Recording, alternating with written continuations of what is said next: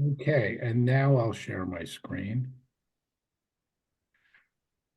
And let's put this down. All right, so we're looking at chapter 2. We got through chapter 1, and just to remind you, really, chapter 1 is about the transition.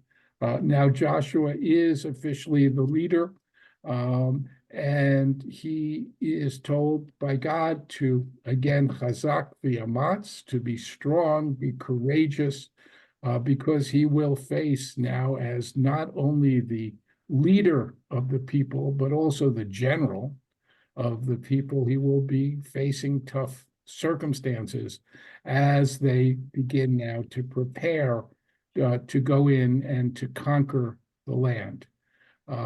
And so we also saw you might remember from Deuteronomy that actually it was in the book of Numbers. So you may or may not know that no, it was in the book of Deuteronomy. So 2.5 tribes of Israel, having conquered part of the land, then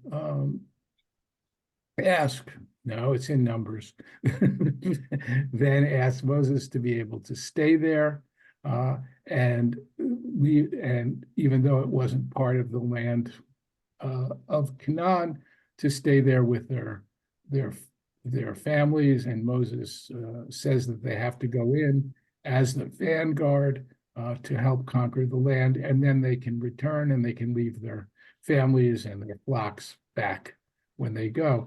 And so we saw them affirming that in chapter 1, that they will do that. And they say to Joshua, whatever you do, whatever you say, we will do. Okay, so now we're in chapter 2.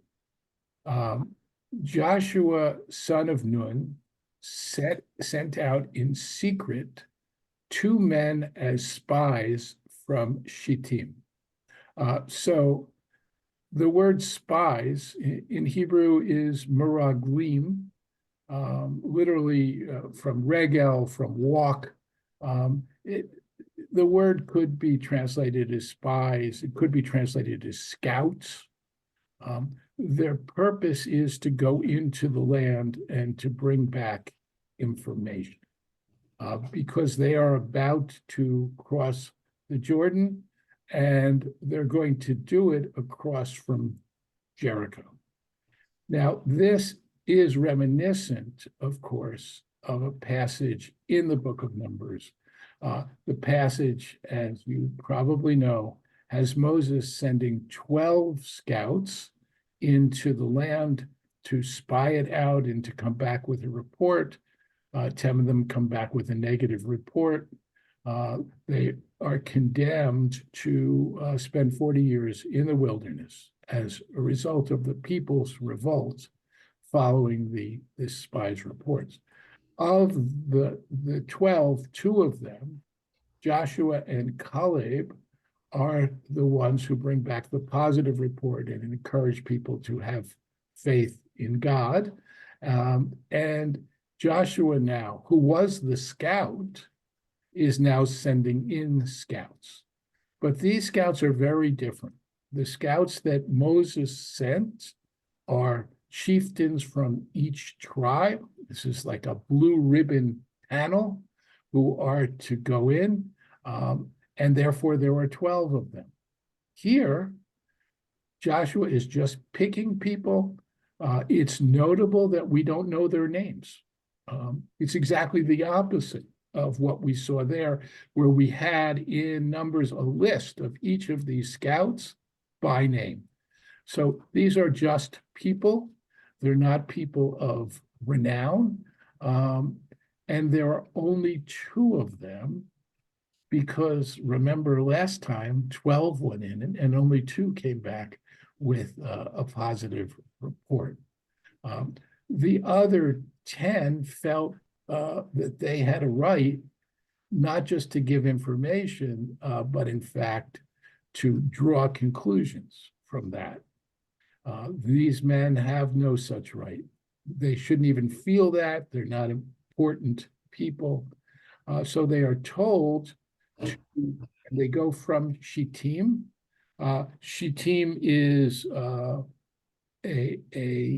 town across from Jordan, and it actually the name Shittim means acacia trees, and apparently there were a lot of them there. And Joshua commissions these two men, go see the land and Jericho, right? So they are to scout around, but Jericho in particular, Jericho is the place, it'll become a stronghold for them as they continue the conquest. And therefore, that's the place that they want to go to first. And it will provide them then with the ability to move forward. And they go, these two scouts, and they come to the house of a whore woman, Isha Zonah, whose name was Rahav, and they slept there. So a whore woman, a woman who is a whore, the rabbis don't like calling her a prostitute, though the word zonah is used in the Torah to refer to a prostitute. And so there's this rabbinic tradition that she wasn't really a prostitute, she was an innkeeper. And they derive this from the word zonah, which they can also tie to the idea of zan, one who provides food for people, like mazon, for example, the Hebrew word for root food. But it seems clear that she is a prostitute. And in fact, the text, and Robert Alter points this out in his notes, the text in Hebrew, yishkavu sham, they slept there. The verb is rather particular, and it is used often to connote sexual activity. So I'm not suggesting that they had sex with her or anyone else, but it gives a certain flavor to it, from a literary point of view, which reinforces the idea that Rahav was a prostitute. And you might say, well, why is it that they would choose such a place? It's a place where men come and go. It's a place where women probably have information about what's going on. It is, we'll see also in the wall of the city. These ancient cities had essentially two walls, an outer one and an inner one, and there were shops and other things.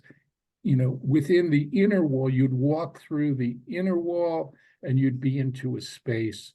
And apparently that's where Rahav's place was, because as we'll see, there's a window to the outside from there through which they will escape. So they're there in her house and they sleep there. And word comes to the king of Jericho. The word is melech Yericho, but a melech, a king in the Bible, it's worth noting. I mean, this is just a city, right? These are chieftains, but he has control over the city, and people came and reported to him. It was said to him, look, men of the Israelites have come here tonight to search out the land. So apparently these men have been seen, and you can imagine that the people are on high alert, that they know that the Israelites are massing across the Jordan from where they are. There's a sense, I think about, if you remember, in the run-up to the Ukraine war, that the Russian army was massing. outside of Ukraine and preparing. And here too, you have all these Israelites, and they're on the other side. And as we'll see, they have a reputation as well, and we'll see that in a minute. So the king finds out men of the Israelites have come here to search out the land. And the king of Jericho says to Rahav, bring out the men who have come to you, who came by your house, for they have come to search out the whole land. Right? So the jig is up, and he comes and he says, bring them out. And the woman had taken the two men and hidden them. Right. So, and actually she covered him, we'll see, with flax on the roof. It was these long stalks of flax were traditionally dried on rooftops. The roof, in the sun, roofs were flat at the time, commonly. And she said, yes, the men came to me. I did not know from where they were. In other words, I didn't know that they were spies. They were just men. And they went out as the gate was about to close at dark. They went out, and I don't know where they went. And then she says, so first she denies knowing them, denies the fact she has them. And then she says, go after them. You'll be able to overtake them. So she not only hides them, but she misleads the men and sends them off. One already sees that she's on their side. And I think it's also worth noting that they don't come in to search. Essentially, they take her word for it, or perhaps, there was the sense, I wouldn't say they needed a warrant to come in, but that a person's property had a certain amount of protection in antiquity, and therefore, without her inviting them in, perhaps they weren't able to come in. So she sends them off. And she had taken the men up to the roof and hidden them in stalks of flax on her roof. And the men pursued them. They thought they were pursuing them along the Jordan by the fords. So they go to the Jordan, and there are places where you can ford the Jordan. And they went there because they assumed that they would be going back to the Israelite camp. And they closed the gate when the pursuers had gone out after them. So either they were going to catch them, or they were going to keep them within the city gates. So they couldn't escape, and they could come back and look for them. They had not yet bedded down, when she went up to the roof, and she said to the men, your terror has fallen upon us, and that of all the dwellers of the land quail before you. So this is very reminiscent of, we're going back to those original 12 scouts. And when the scouts talked about the inhabitants of the land that they had seen, and this was, 40 years earlier, and they said, oh, they are mighty, and we are like grasshoppers before them. We see ourselves that way, and no way we can conquer this land. But here she is saying, actually, we are terrified, and all of us are afraid of you. For we have heard how the Lord dried up the waters of the Sea of Reeds, a more accurate depiction, use than the Red Sea. It's really the Reed Sea before you when you came out of Egypt, and what you did to the two Amorite kings across the Jordan to Sihon and Og.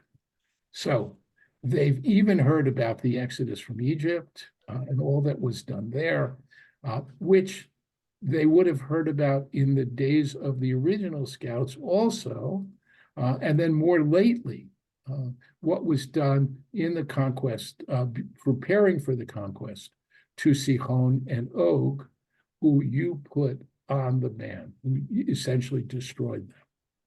We have heard, and our heart failed, and no spirit arose in any man before you. For the Lord your God, he is God of the heavens above and the earth below. So she said, we're all terrified. We know we're going to lose, and we know what you did. And we know also that your God is essentially supreme. He is not a localized deity. He is the God of the universe, essentially. And this epithet isn't used in the Torah, but it's certainly consistent with the beginning of the book of Genesis. And this statement, he is the God, is read by later tradition to understand that Rahav has converted. She is, a follower of the God who is God in heavens above and earth below. And then there's lots of midrash about Rahav, who it is said actually marries Joshua later on. And their children are among the prophets of Israel, Jeremiah in particular, and others. Okay, so she is now going to ask them to make a vow. But before we do that, I want to stop sharing the screen and just see if anyone has any questions or comments before we go on. Yeah, Saul. If anybody needs to do this chapter happens to be the Haftarah of Shalach Lecha. Right. Yes. So if anybody wants to look at the comments, they're in Shalach Lecha in the Eitz Chaim or whatever chumash you want to use. Or in Hertz, for that matter. Yeah. Shalach Lecha, of course, is the story of the 12 scouts. And this, because of its theme, was chosen as the Haftarah. And you'll find that in the book of Numbers, if you want to look at it. Thanks for pointing that out. So we have actually chapter 1, which we looked at last week, is the Haftarah for Simchas Torah, and then chapter 2 for Shlach. But then we're out. Then you're going to have to look in the book of Joshua. I did see a hand, Sandy. I was just going to say it's interesting that the names of the men is not given, but the name of Rahav is given. Yes, thank you for pointing that out, especially since women in general are not mentioned by name in the Torah. We see it occasionally. We know about, for example, that Jacob had a daughter named Dinah. We know that, but we know that principally because of a story about her. In other words, we need to know her name. And here, actually, there's no need to know her name. It could have just said they went to a house of a prostitute, right? But I think the emphasis here, they're anonymous and she's not anonymous, right? And this gives us sort of an expanded sense of her importance. And to pick up on that, maybe that's in part why the rabbis, because she is named, why the rabbis are able to create these midrashic traditions about how she was, a proselyte, how she was the wife of Joshua, and so on. If you think about other women, for example, we have a little story about Lot's wife. All we know of is that she's Lot's wife. Same thing is true of Noah's wife. We know the name of their children, but the wife is simply Mrs. Noah, right? So, so thank you. Yes, significant. Any other insights, comments, questions? All right, so yes, Saul. Yeah, the word in the first sentence, the word cheresh, which is translated as secretly, also means a deaf person. Right. Interesting. This is the root cheresh. Yes. Silently. Okay, back to our text. I'll share my screen again. Okay, so she now makes a request. She says, make a vow by the Lord. And here, of course, vows are sacred things. I've done kindness to you. I've treated you with chesed, and that you too will do kindness with my father's house and give me a faithful sign, and let my father and mother live, and my brothers and sisters, and all that is theirs, and save our lives from death. So essentially, Rahav is saying, quid pro quo. I protected you. I know you're going to come in and you're going to make this conquest. And I'm asking you to spare us and to vow that you will spare us. And they say, but our own lives in your stead shall die, right? So this is really a fearsome oath. If you die, we will give up our lives, right? But as long as you don't tell of this mission of ours, so that when the Lord gives us this land, we will do faithful kindness to you. Okay. And she lowered them with a rope through the window, for her house was in the outer wall, in the wall she dwelled. And she said to them, go to the high country, lest the pursuers encounter you. Hide there for 3 days until the pursuers come back.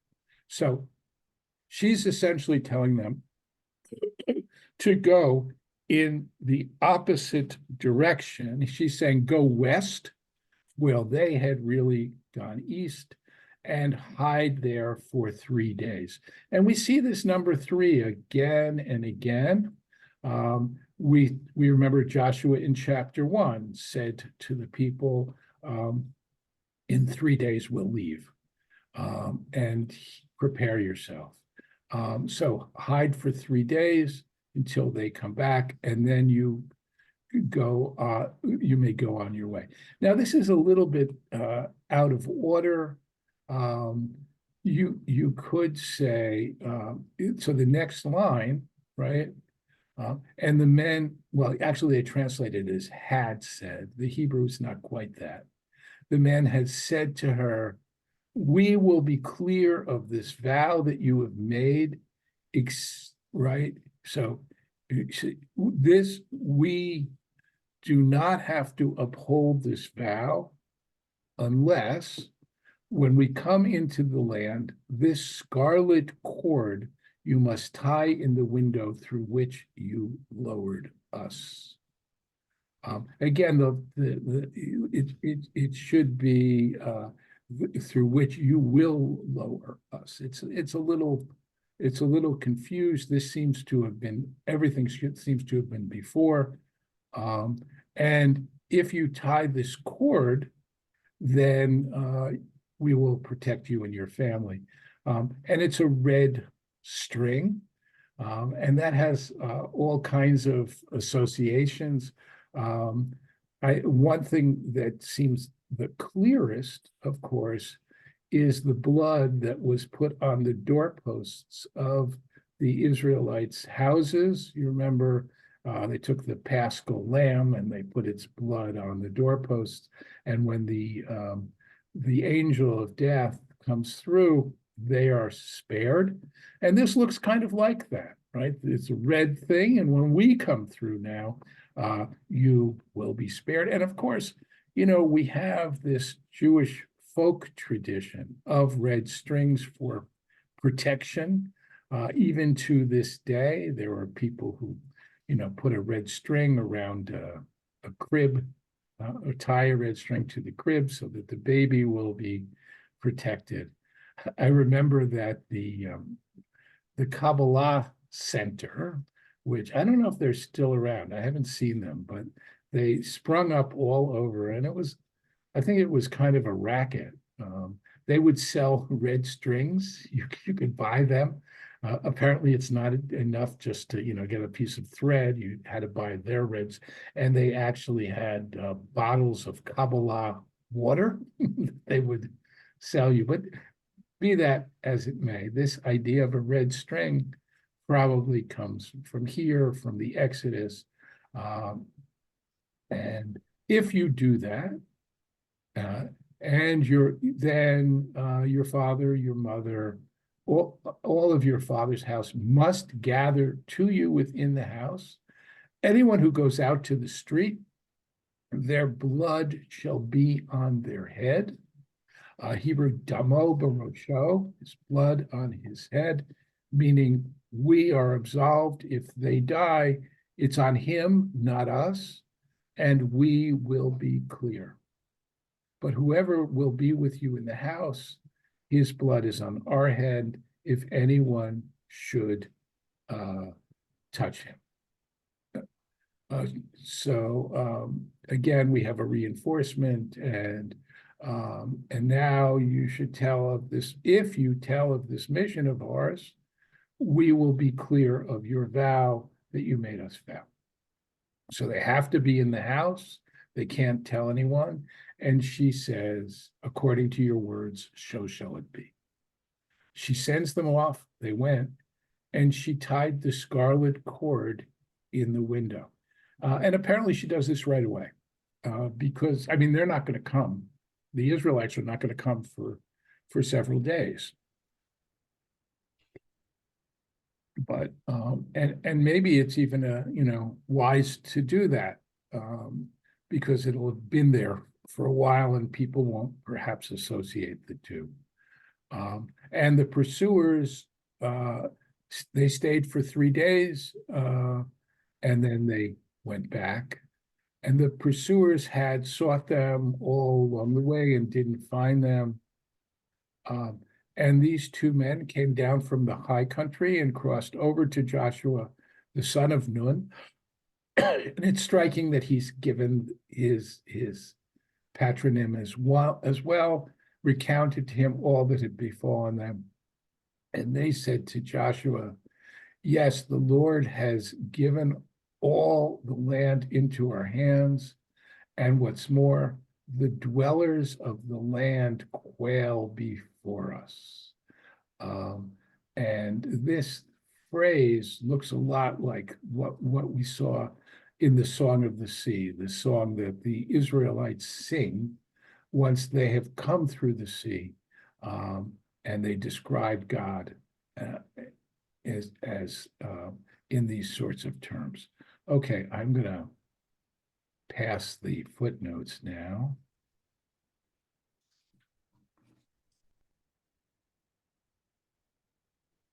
Okay, so we're up to chapter 3. Before we go on with chapter 3, I want to just again stop sharing my screen. Any questions, comments now about this vow that has been made? There's a later vow also, which you see in the book of Judges, which is the next one. Not really related to this, but there is a judge, Yiftach, a military leader, who makes a vow in the midst of battle that if he's successful, he'll sacrifice whatever comes out the door of his house. Sort of the opposite here. They have to stay within whatever comes out. And of course, unfortunately, it's his daughter, and that's another story. And when we get to the book of Judges, one of these days, we can talk about that. Saul. Yeah, I was thinking of, and I was just looking this up on my phone, that the story of the Shulamit. Yeah. There's a lot of parallels to this in terms of she hid Elisha, and I'm trying to remember the what parsha it's in, but it's very similar in terms of Yeah, I'll take a look at it. I hadn't Yeah. really made that connection, so, and I don't. Well, let me just take one quick look.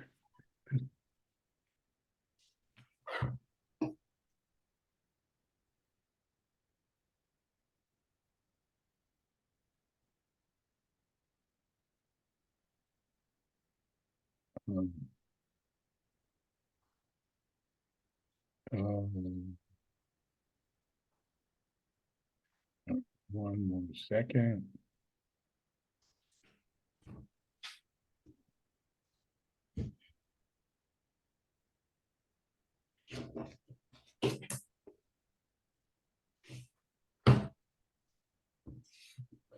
Yeah, I'm not finding it. Okay. I'll take a look. And if there's something, and maybe I'll come back to it next time. Okay, any other, in terms of this vow, in terms of the red string, anything else on this? All right, well, we've made it through chapter 2, so onward and upward, as they say. Let me share my screen again. Okay, so Joshua, that they've made their report. Joshua gets up early in the morning, Vayashkem Yehoshua b'boker. This idea of getting up early in the morning is used throughout the Bible, starting with Abraham. God commands Abraham to sacrifice his son, and he gets up early in the morning to do it. There's a sense that this is, with alacrity, that there's a certain sense of eagerness. There is almost a sense of following a command, as Abraham is there. So rising up early to do God's will, and they go from Shittim and come to the Jordan. He and all the Israelites, and they spent the night there before they crossed over. And it happened at the end of 3 days, again, 3 days, that the overseers passed through the midst of the camp. So these are people now who Moses has delegated, and the people are arrayed in a military fashion, and now the overseers are going through, and they tell them, when you see the Ark of the Covenant of the Lord your God with the Levitical priests carrying it, let me finish. You shall journey from your place and go after it. So this is the Ark of the Covenant. It's the Ark which contains the tablets that Moses brought down from Sinai. This was, of course, in the Mishkan, in the tabernacle which accompanied them.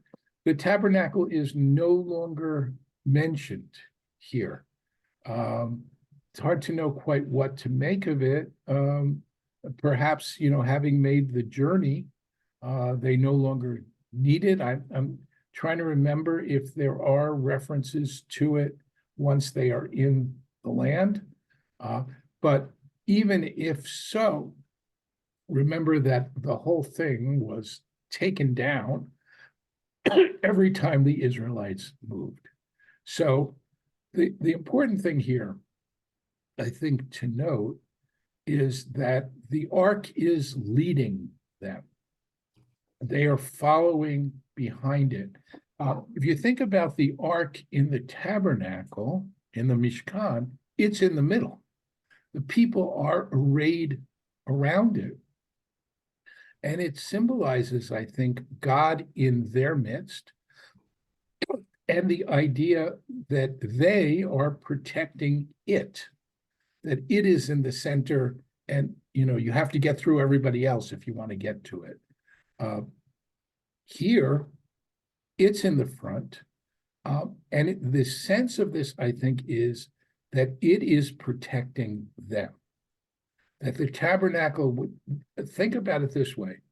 The tabernacle contains the tablets, which are the, you know, sort of the document which indicates that there is an agreement between people and God. And that agreement also includes the idea that if they keep this covenant, that God will be there for them, that God will fight for them. And so putting that document up in front symbolizes the fact that God is in front of them, yet it is also sacred. So they're not allowed to get too close to it.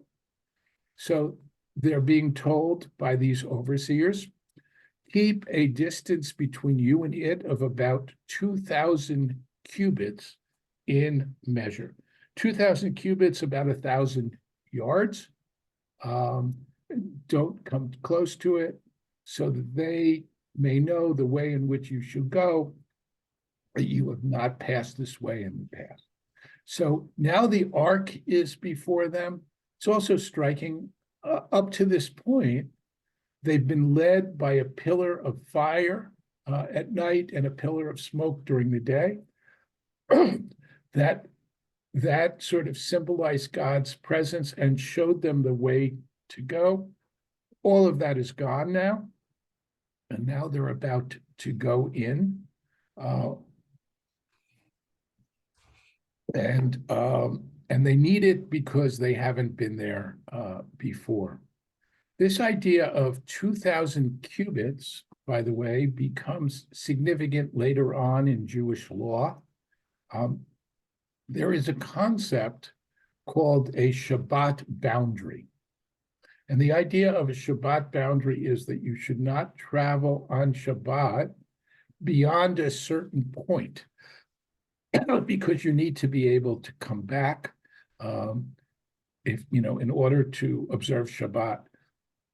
And the rabbis talk about that as 2,000 cubits or 1,000 feet. Although later rabbinic law also says it's really 2,000 cubits from any kind of settlement.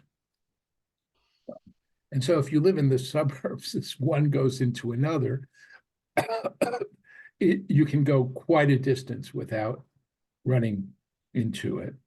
At any rate, and then Joshua says, carry the ark.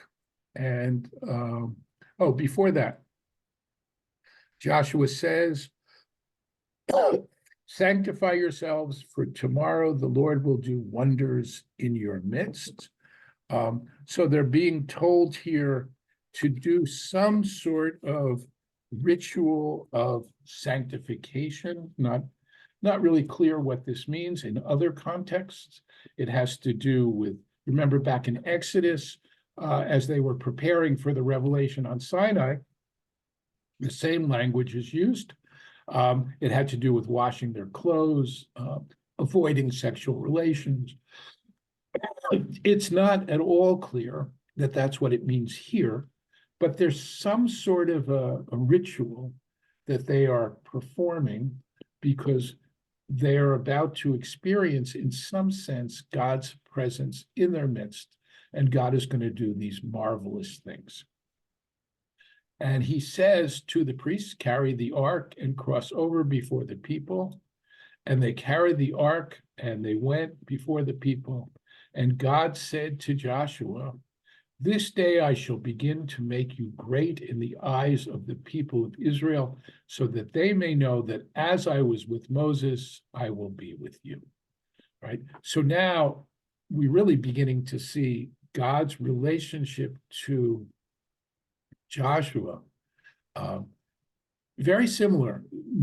God does things to demonstrate that Moses is his servant and that he is with him. It's not always successful. People do rebel against him, and then he does it again. God does it again.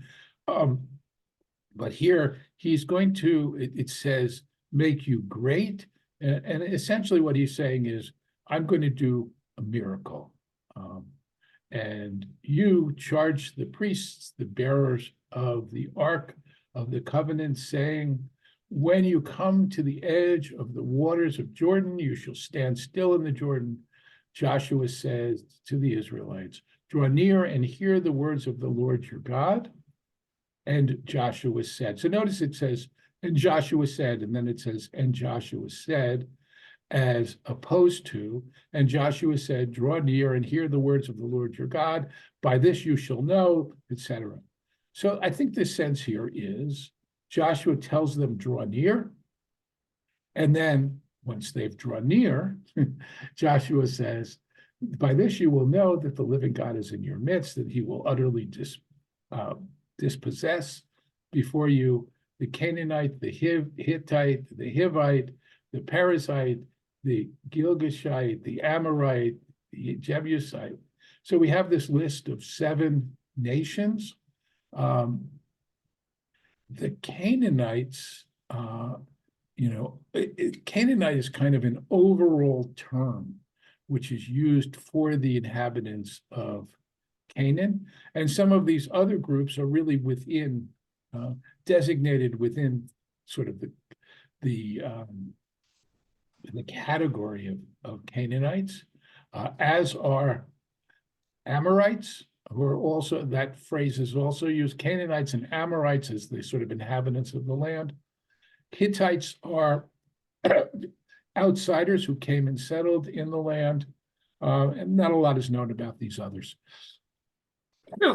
And then he says, continuing, look, the Ark of the Covenant of the Master of all the earth is about to cross the Jordan before you. And now take for yourselves 12 men from the tribes of Israel, 1 man from each tribe, and when the foot soles of the priests, bearers of the Ark of the Lord, Master of the earth, rest in the waters of Jordan, the waters of Jordan coming down from above, and will be cut off and stand up as a single mount. So the people's feet enter the Jordan. By the way, Jordan, Hebrew Yordain, from the Hebrew root yarad, to come down, right? In other words, that the Jordan flows down from the north to the south out of the mountains. And what Joshua is saying is that the water will mound up like a wall. Right. So this should immediately, bells should go off in your head as you think of the crossing of the sea. It says that the walls, as Moses lifts his staff, and the walls arise, the waters of the sea arise on each side, like walls, and the people pass between it. So what Joshua is doing here is, in a small way, duplicating the miracle at the Red Sea, or the Sea of Reeds, right? And so this is another sort of way of demonstrating that Joshua is the actual successor to Moses, and he has some of that power through his relationship with God. Now, and it happened when the people journeyed forth from its tents to cross the Jordan, with the priests bearers of the Ark of the Covenant before the Lord. And when the bearers of the Ark reached the Jordan, and the feet of the priests bearers of the Ark were immersed in the water's edge, the Jordan being full to all its banks throughout the harvest days. So why do we have to know that the Jordan is full? Because if you go to Israel and you look at the Jordan River, it is not very impressive, not at all. And it doesn't seem very deep. In fact, I was there once, and there were a group of Christian pilgrims who were standing in the middle of the Jordan, and they were being baptized. I mean, we don't have this sense of a fierce stream. And it's, you know, it's not wide like the Sea of Reeds. And so we need this detail that it's full to all of its banks. In other words, you know, the water has really been flowing. It's a time when the water of the Jordan, a time of the year, and the water come and throughout the harvest days. So here, I mean, if we want to time this, we seem to be, as you'll see, they're going to observe Pesach once they get across. And so we're talking about something like the 9th of Nisan as when they cross. The water coming down from above stood still, rose in a single mound, very far off from the town of Adam, which is by I can't pronounce these words in English, Zenathan, and the water going down to the Arava Sea, the Salt Sea. This is Yam HaMelech. It was, you know, the Dead Sea. It was completely cut off, right? So the water is cut off, and the people cross over opposite Jericho. And the priests bearers of the Ark of the Lord's covenant stood firm on dry land in the middle of the Jordan, and Israel crossed over dry ground until the whole nation finished crossing the Jordan. And here too, we really have a sense of very close parallel to the crossing of the sea. But Joshua here is Moses. Okay, so let me stop sharing my screen. And any final questions or comments now as we look through chapter 2 and 3, and the people are actually now in the promised land. They have come through the Jordan. Saul. Yeah, I saw a sentence in Hebrew. The Ragle HaKohanim Nis'e Ha'aron Nitbelu L'Ktzei Hamayim. What's Nitbelu mean? We're immersed. Oh, okay. Let me yeah, hold on one second. It's sentence, it's pasuk 16. I'm sorry, it's 15, Tetvav.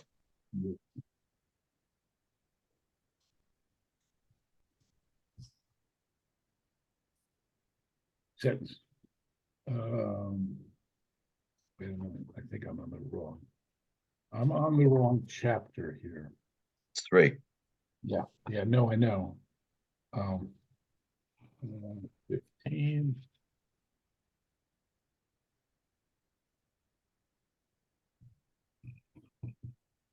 The translation here is we're dipped in the brink of the water. But I think that's the sense, immersed really in the water. I'm just looking at, there's a commentary by, it's part of the Sonsino commentaries. This is by somebody named A. Cohen, Arthur Cohen, probably. Other questions, comments? All right, well, we're going to plow ahead, and as you might well suspect, they're at Jericho, and we're going to see the walls tumble down next time. So look forward to seeing you next week. Have a great week, and I'll see you then. Bye, everybody. Thank you, Rabbi. Bye. Thank you.